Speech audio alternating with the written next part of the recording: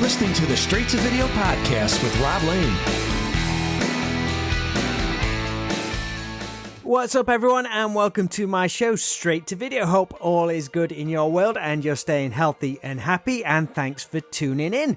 Today, I'm thrilled to introduce you to the host of one of my favorite new YouTube channels and VHS creatives, VHS Mikey, who checks in with us all the way from Oklahoma, USA to chat with me about our love of VHS tapes, video collecting, the awesome ever-growing community around VHS, and also the success and growth of his own VHS Mikey channel, where he puts out some of the most fun and entertaining video-related content I've seen.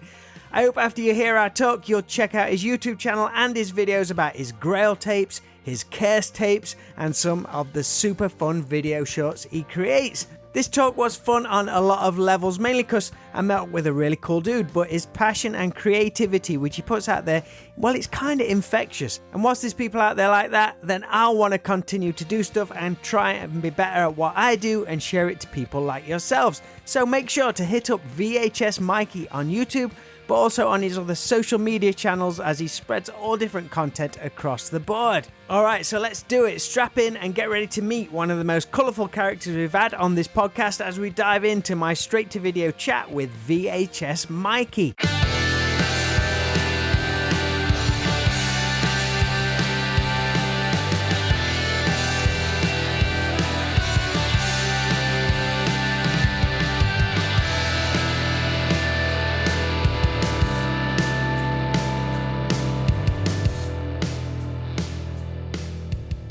Hey, what's up, man? How's it going? It's going great. I was like, oh, wait, we're live. Looking amazing as usual. Looks fantastic back there. Thank you so much. I like your pictures back there. Sweet, man. Well, thank you for hooking up and doing this with us. It's very cool. Oh, I'm super amped up, man. Nice. I enjoyed the chat you did with the Video Tasties one. I follow a lot of his stuff. That was a live one. So that got a lot of traction and a lot of interaction from people all over the world, I think. I was really happy with the crowd. They were so nice. Man, you guys over there are awesome. I have to move or something.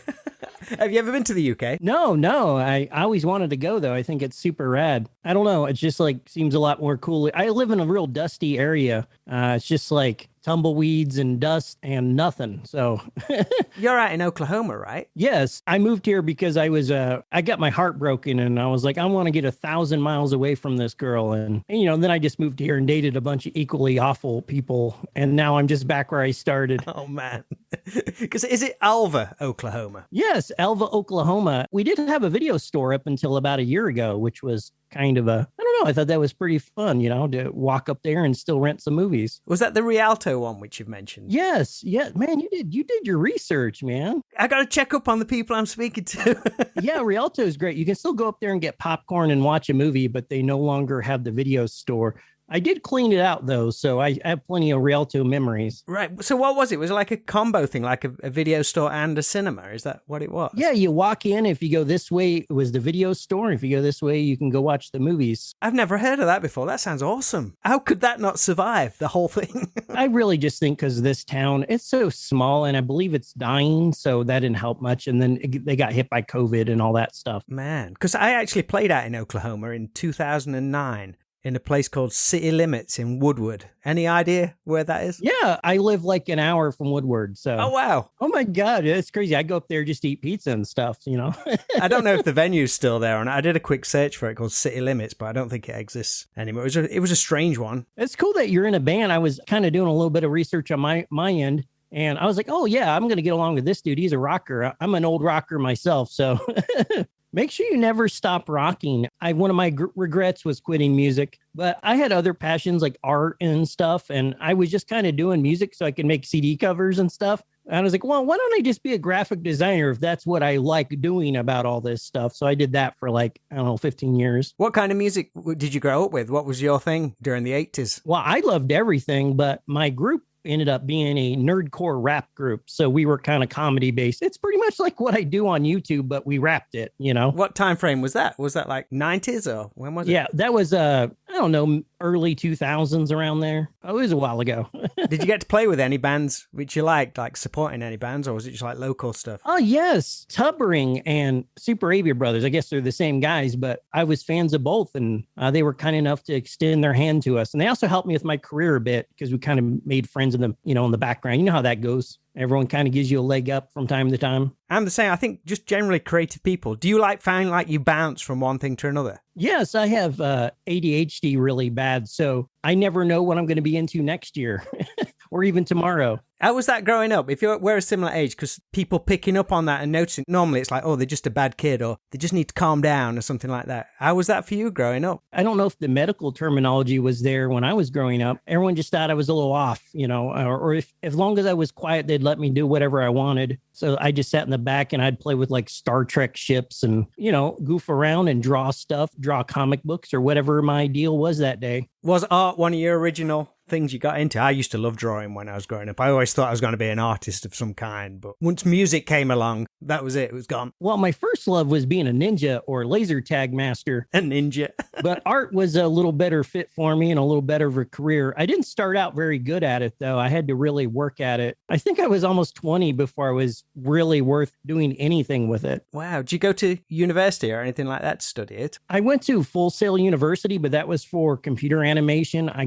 Everyone kind of told me, hey, art's not really going to make it. You need to get into computers. So I'm glad I went because the stuff I learned in the first month really helped out my career. I didn't finish it up, though. You say you did some like graphic design stuff. That's kind of like the career path you did. Oh, yeah, I did that for quite a while. I don't know. I just got burnt out on it, though, making people stuff that they want all the time. And it really goes against, my brain chemistry, like if I'm not in the mood or whatever. But I would make it anyways because you got to be a professional. And after a while, I just lost my heart for it. So I don't know. I think I'm doing what I need to be doing because on YouTube, you can just be whatever you want to be that day. And with VHS, I just pull a tape off the wall and I'm be like, okay, we're going to learn karate today. And, and then I might do a video on karate or whatever.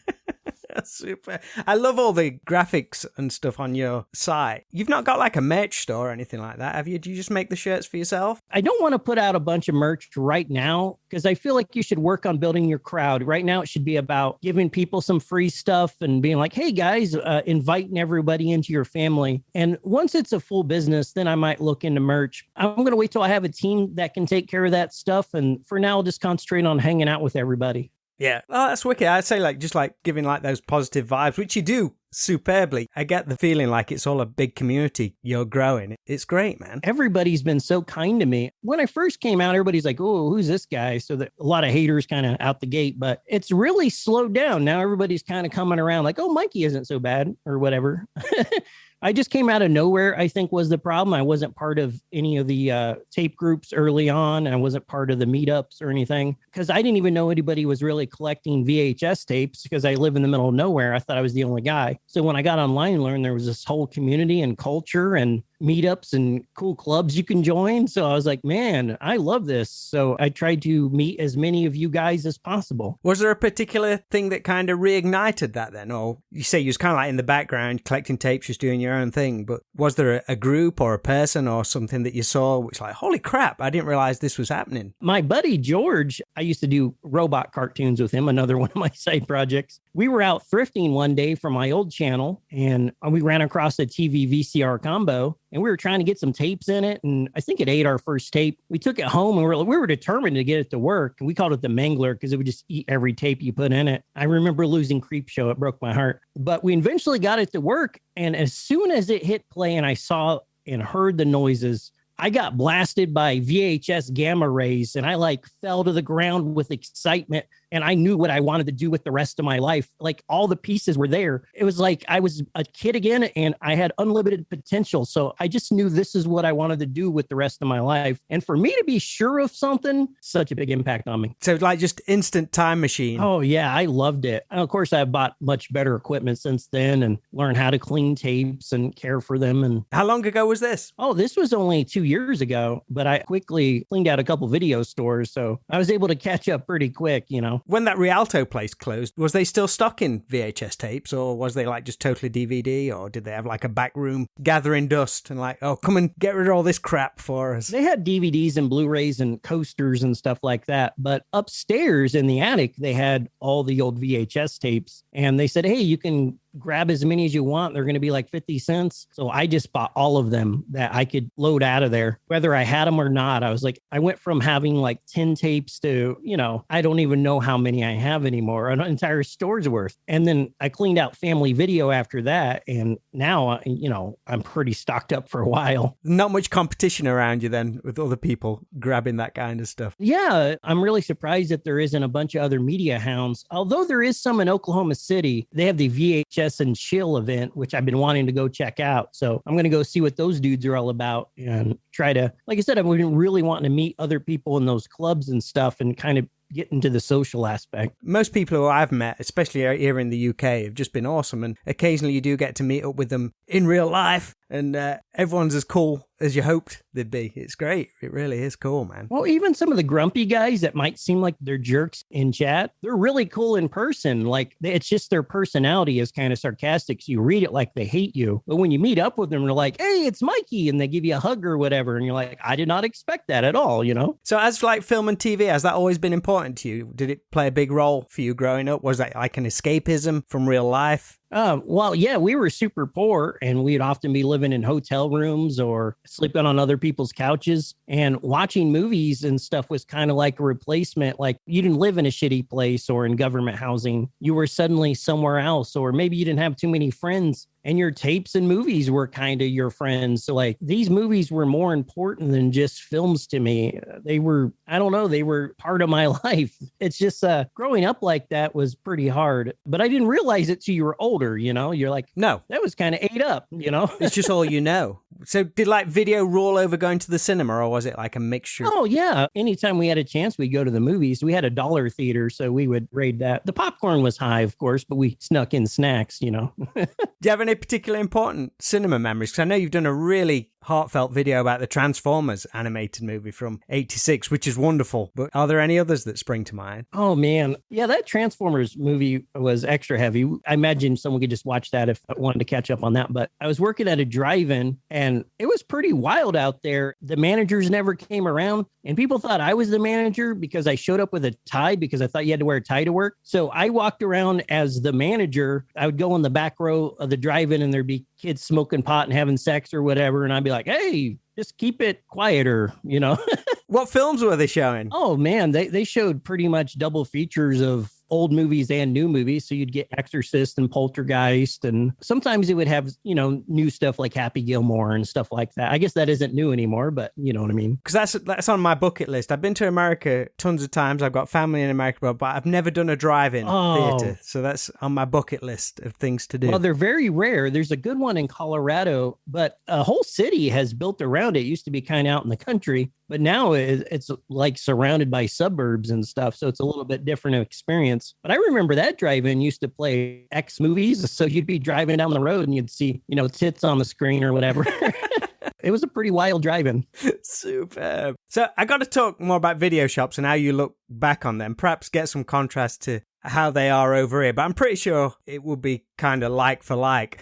Where was the first you remember? And what like immediately jumps to mind? We went to this, what we called a ma and pa video store. It was just ran by just some old guy, and he had a shed that he put videotapes in, and it was called Jack's Video. And Jack, I don't think he cared how old you were. He would rent you any tape that you went in there. So he'd always slide like the most gore hound recommendations. You know, I think sometimes he just wanted to move some of the product. And I ended up seeing just some complete puke fests from Jack's shop, like Splatter Farm and stuff like that. Or I think you call it Brain Dead. We call it Dead Alive here, but that's where I first saw Brain Dead. And oh man, I'm so glad that Jack, you know, gave us those recommendations. Was it you and like some buddies that used to rent them out and so you could pick the goriest tape? Oh yeah, we had a horror movie club, so we would always rent messed up stuff for it, and we'd charge all the kids in the neighborhood $5 to recoup our video store costs, you know? Almost like a not as bad buying beer for younger kids. You went and rented the VHS tapes for them. Yeah, well, mean, we were young too, but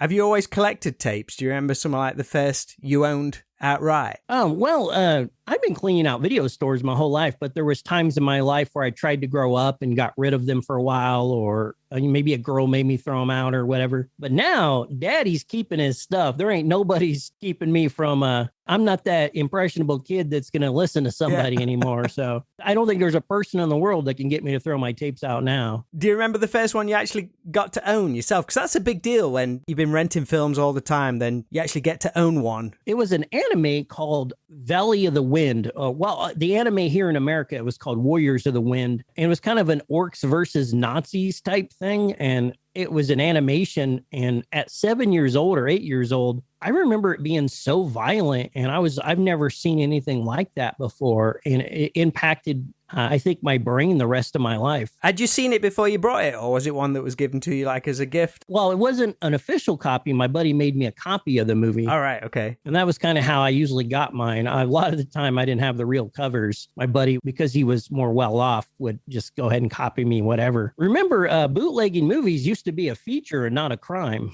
Yeah. That was a huge thing. I was just speaking to somebody about it just the other day. Like, they'd sell them on market stalls. We had the whole video nasties thing. I don't know if you've dived into that, where so many films were actually banned over here. I'm obsessed with the whole video nasties things. Plus, it sounds cool. It makes you want to watch them even more. Like, ooh, it's a nasty. I want to watch it. But most of them went half as bad as they were made out to be. It's crazy. I think anything with any slight gore in it, they banned it back then. But yeah, I mean, I didn't see like Texas Chainsaw Massacre until the late 80s because you couldn't see it over here. Oh, man. I didn't get to see it until I was in the US and like rented it, and it felt like dangerous renting it in around like 1987, 1988. I was like, damn, I've got it. And we didn't see it in the UK again until maybe, I'm pretty sure it was like the late 90s when it finally got cleared on general release. Oh my God, that's crazy. Yeah. I don't think Texas Chainsaw Massacre 2 even came out until around that time. It was weird because those films aren't half as bad as a lot of the stuff nowadays. Some of these movies wouldn't be as scary if I didn't watch them when I was a kid. Like I was scared of Poltergeist when I was a kid. And now when I watch it, I'm like, okay, it has a cartoon hand and stuff. Like, how'd that scare me? But it's almost family friendly nowadays, Poltergeist. Yeah, it's like, I used to be scared of this. I used to not sleep at night. I couldn't walk past a TV with static on it. Yeah. And now I watch it and it's hilarious, It still holds up though. It's still a great comfort blanket film for me, I think. It's great. I love it. What films like are your go-tos from back in the day? Do you still have many which you still hold up? Oh, I used to watch Lost Boys quite a bit. Oh man, never gets old. I keep a player in my bedroom and I like to pop it in to fall asleep to because it's a bit of a comfort movie for me. I don't know what it is about it. And my friend knows that. So when I was staying at his house, he had a copy of Lost Boys for me to listen to while I was sleeping. So I always thought that was pretty cool. Where did you first see Lost Boys? Did you see it at the cinema or was it a VHS? Oh, yeah, I saw it at the cinema. There wasn't many of those movies I didn't see in the theater. I mean, movies were just part of my life, beyond just the VHS thing. Any way we could watch them, whether it was on coasters or VHS or in the theater, we were always there. Was you a Fangoria kid then growing up in the 80s? I used to practice drawing from Fangoria. I still remember the Event Horizon issue had a bunch of scenes that weren't in the movie, and I used to always draw them. I thought they were so cool. I wish I had some of those sketches because that'd be kind of a fun walk down memory lane. I'm sure they weren't very good back then. What happened to them all? They just get thrown away, do you think? I probably gave them to ex-girlfriends and stuff because I still have them hit me up on Facebook every now and then. Like, I still got all your old drawings. Wow. I'm like, oh, wow. And they're so cringy too. But it's cool that they still have them and stuff and that we stayed friends, over time. Excellent, man. Because other than like all the mainstream films, you tend to edge more towards obscure tapes too, rather than like the popular horror VHS, which are like the go-tos for a lot of people. Are you familiar with like the Found Footage Festival and their love of VHS? I learned about them later. I feel like they've been doing my thing before I was doing my thing, for a long time. And so I super respect those dudes. They kind of paved the path for guys like me and other channels that do what I do. I super respect what they're doing and they're pretty much saving history one film at a time. So what are like the obscure tapes which are your favorites? Oh man. Was there one that triggered that where you're like, oh shit, this is great to collect the most bizarre stuff possible? Now we're talking obscure tapes. I have the O.J. Simpson's workout. I'm used to showing everybody. I keep it on this rack here. I'll just show you just so you can see it. But Unreal. What year did that come out? It came out like a few months before he got in trouble, but I'm not 100% what year that was. It's got behind the scenes footage on it as well. Oh, the behind the scenes footage, I can tell they added after he got in trouble because they included some outtakes of him cussing or talking about like drinking and stuff like that. Stuff that they wouldn't have put on the tape normally. So they really capitalized on the fact he got in trouble. Does Kato make an appearance in it? No, but that would be dope if he was doing some leg presses and stuff. I really like workout tapes because there's always some funny ones. Let's see what else I got here. Where'd you find them all? Just in thrift stores or anything like that? Well, now that people know I like this stuff, I usually ends up in my mailbox. Oh, nice. So that's kind of how I end up with a lot of it.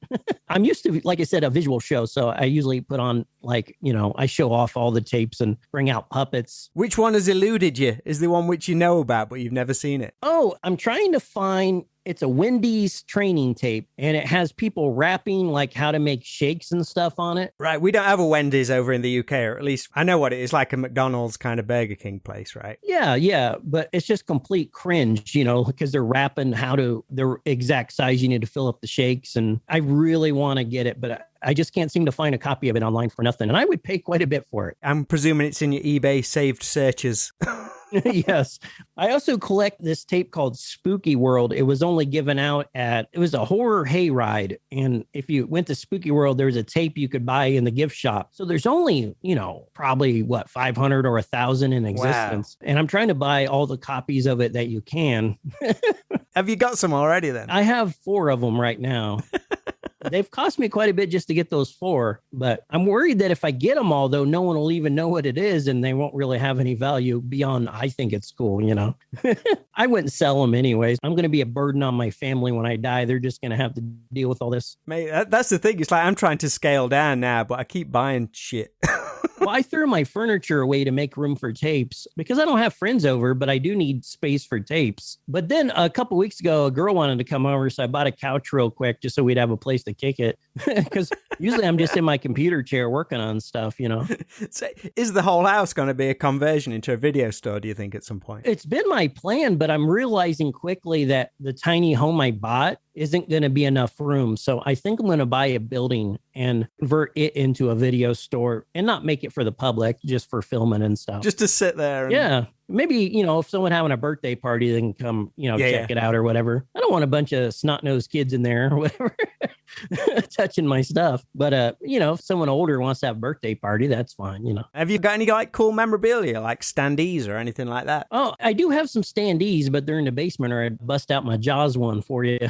An original Jaws one from the 70s? I think it's probably an 80s one because just the style of it. Right. I think, they still put standees in the 80s or whatever, but yeah. A lot of the stuff I got from Rialto was damaged, though. They had a ceiling leak kind of rained on a lot of the standees, but I was able to salvage some of them. Oh, man. Yeah, because they go for crazy money, some of those things. Like some of them still in boxes and all that kind of stuff. It's like, damn. Oh, that sounds nice. Again, if I had more room, I would have them all on display. Yeah, because you said you was not late to the video community, but you just kind of doing your own thing in the background. Then all of a sudden you realized all this other stuff was going. So was it like an original inspiration for you to start your own channel? Or again, was that just doing your own thing once you'd had that light bulb moment once you got the VHS combo machine? Well, I was doing a nostalgia channel. Well, before that, I was an animation channel because I couldn't afford a camera. And once I had enough money to buy a camera, I converted from animation to film because it's a lot easier than animating characters for 6 months for 37 views,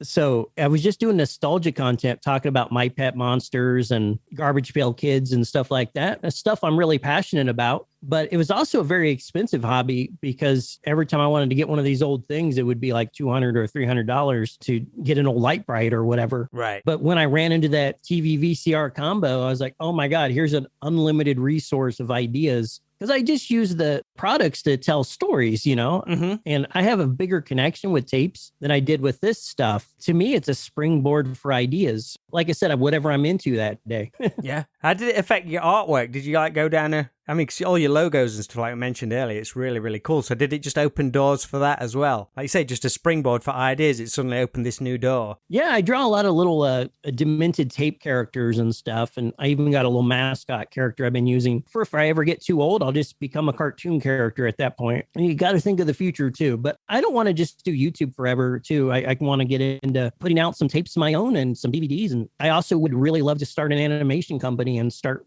adding to the film world. So is that kind of your blueprint or plan now, or have you got like a time frame of where you want things to go at the moment? Oh, right now I just need to build the people. I got a pretty small channel, but I'm growing in other places I didn't expect, like Instagram. And I just started a TikTok because why not, And I'm learning that there's kind of different faces in each one of these platforms and new people to meet. So I'm like, why miss out on that? It's quite scary, really, once you go down that rabbit hole of whether it be through your page or somebody else's and just seeing who you're interacting with and all these like cool companies and small creative people. It's crazy how much stuff is out there these days. How is that for you? Does that feel intimidating for you growing your channel? Like, how do I compete with all this stuff? Or are you just energized from all the creativity that's out there? Just let your own ideas do their own thing. I love seeing people's stuff. It jazzes me up. It makes me say, hey, there's a crowd for this stuff, but it does make me want to try harder. If I see a channel, I'm like, okay, their lighting's exceptional. Their sound's exceptional. I better step my game up. I've changed my set 4 times already, and I've kind of gotten to this. It's a lot more neutral. It looks great, though. You've nailed with the lighting and everything. Oh, thank you so much. And like I say, I get inspired by that. It's like, damn, I'm a little bit jealous of that. How long did it take you to set it up? Or do you just leave it set up all the time? Like, I'm not moving this now. It looks good. Well, I had it set permanently in a spot, but I found that the lighting here is best. So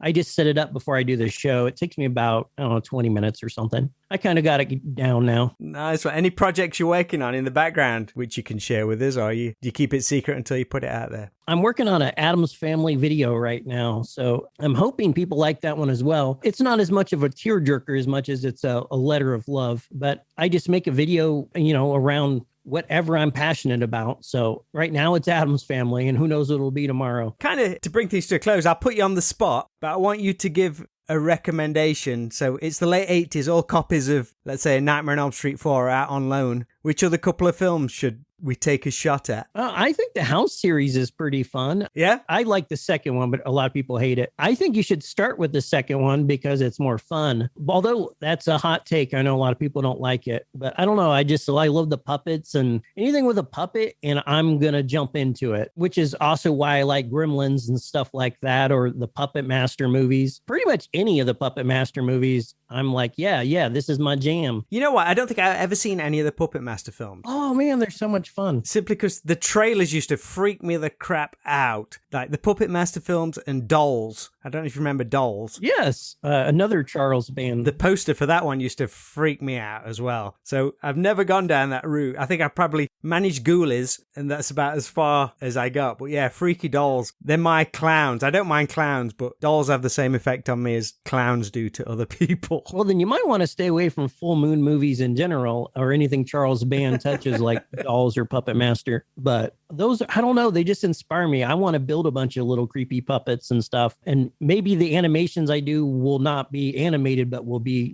animatronics. Who knows what I'll get into tomorrow, like I said. I love that. Even tomorrow's up for grabs.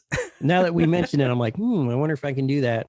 Sweet, man. When's your next road trip to try and find some tapes then, now Rialto Video's closed? Man, I have a secret spot, but I don't want to tell anybody about it. But I ran across a video store that's been untouched by time. For real? And it still has everything on the shelves. I would guess it's the early 2000s when they closed doors based on what tapes are available in the standees. And I'm trying to secure the building. Like, I have to buy the whole building to get this. But the building's like super cheap because it needs torn down. First, I'm going to film for a few days in there. Exactly. Yeah, I just got to say, you got to document it all, man. Yes. And then I'm going to clean it out. And I guess I'll have to deal with getting the building torn down after that. But I would love to just move into it. But again, this building needs more work than it's worth. Oh, that is super exciting, though. Are you pumped about doing it, or are you scared to death? Oh, I'm scared to death because sometimes I'll lose contact with the guy on it, and I'll think he's out on the deal, or he's learned how much this stuff's worth, or his kids. But then he'll come back, sorry, been sick, or this or that. But once he gives me the go, I'm going to assemble a team, and we're going to hit that place hard. But again, first, we can't touch anything. We got to film it. I want to film just for like 2-3 days, hundreds of hours of video. Just go wild on it. Yeah, because it'll just be the tiniest things where you'll be like, damn, I wish I'd filmed that, or the most irrelevant things someone will get a kick out of. So yeah, you just got to capture everything, man. That's exciting. I'm excited for you. Oh man, it's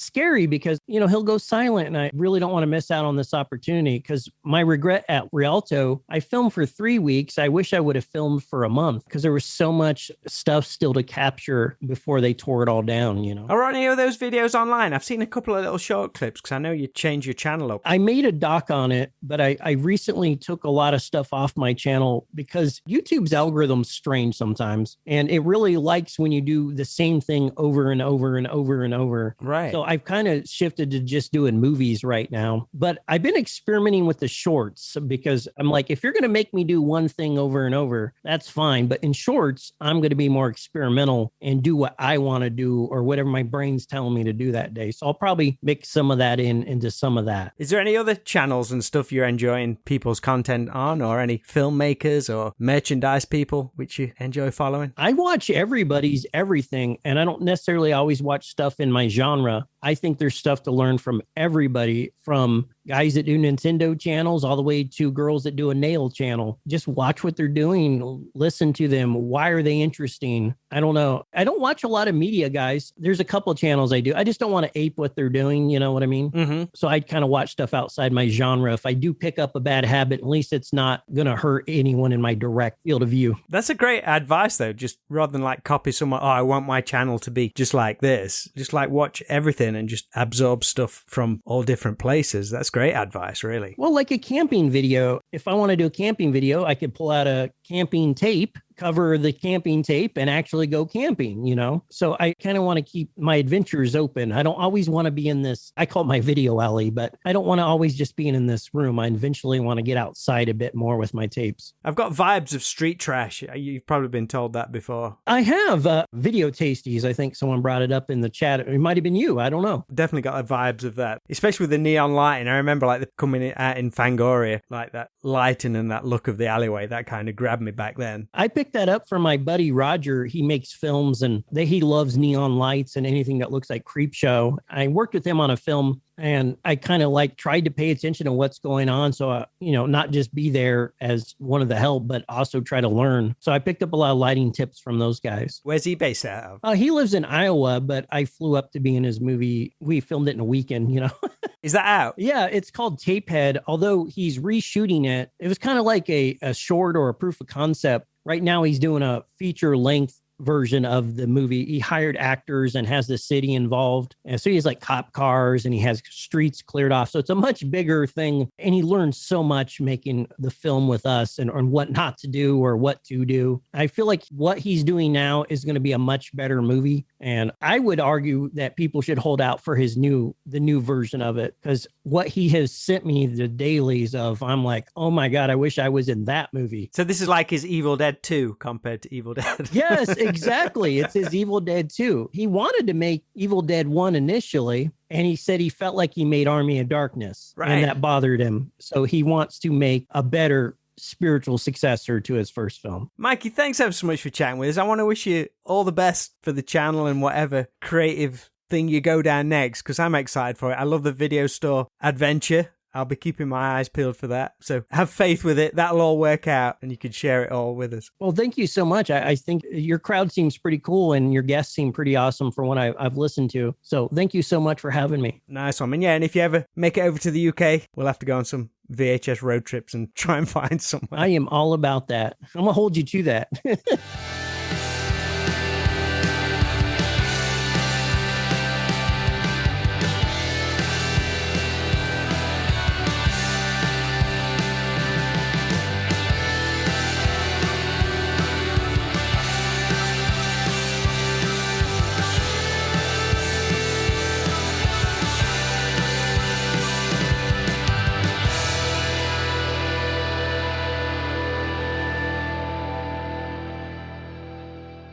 Thanks so much to VHS Mikey for bringing all the good vibes to the Straight to Video podcast. I'm genuinely excited to see where his channel and his creativity goes over the coming months, and I hope that carried over in our talk and you'll begin to follow what he does too. Just do a search for VHS Mikey on YouTube and all over social media, and maybe drop him a line to let him know you heard about him on this show.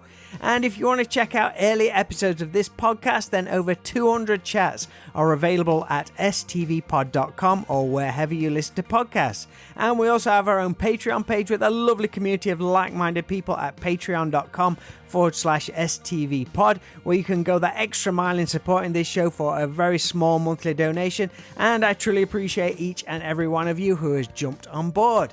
That is all for today's show. Hope you had fun with this one, and I've already got the next couple of chats in the bag with some rock music heroes, which will be coming to you in the next couple of weeks. So please check back every Friday for a new episode.